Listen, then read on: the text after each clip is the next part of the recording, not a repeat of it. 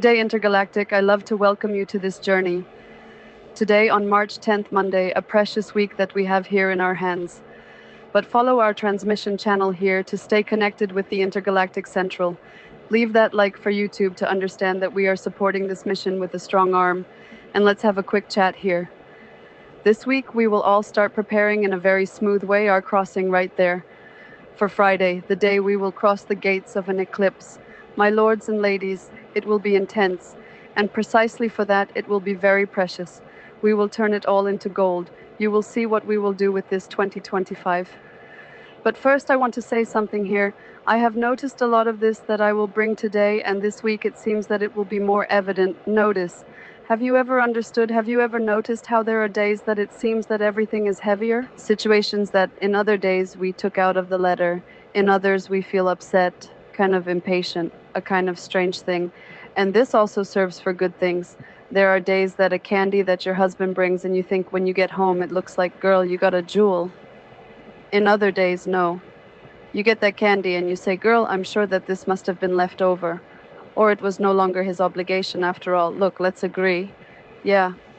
The reality is that our brain interprets things all the time. All the time he is there needing to put everything in categories. He reads a situation and needs to put the label right away. What category do we fit this in? He interprets according to a movie he is watching. In most people, this happens unconsciously and completely involuntarily, and that doesn't help much for the interpretation of this movie to be adequate. We women know that well, right? We go through hormonal cycles that make us develop completely different personalities from each other, with a difference of a few hours or days. And no matter how meditative centered this woman is, it is very difficult not to succumb to hormones. Even more so if you add it all up with this astral activity.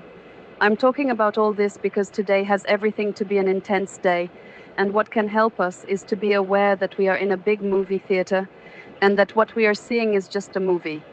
We need sometimes to distance ourselves a little from the situation to be able to see more clearly. And then we go back. If we already wake up feeling a little out of tune, it is certain that we will spend the day looking for the new. The tip is the same as always. We continue to observe ourselves in a microscope, validate our feelings, and as we are today, instead of going over the discomforts to realize that everything is fine because I always have to be a very happy person. After all, this is what society and Instagram demand. We look with truth and welcome. But people, attention here, okay? This is not a license for you to go out on this day being rude, distributing aggressiveness, or being indelicate with anyone. Respect is valid until we are in the middle of life. You don't have to be smiling, you don't have to be like, no, but in education we don't give up because the friend is probably also going through his troubles, and why are we going to take our garbage bag and transfer it to others?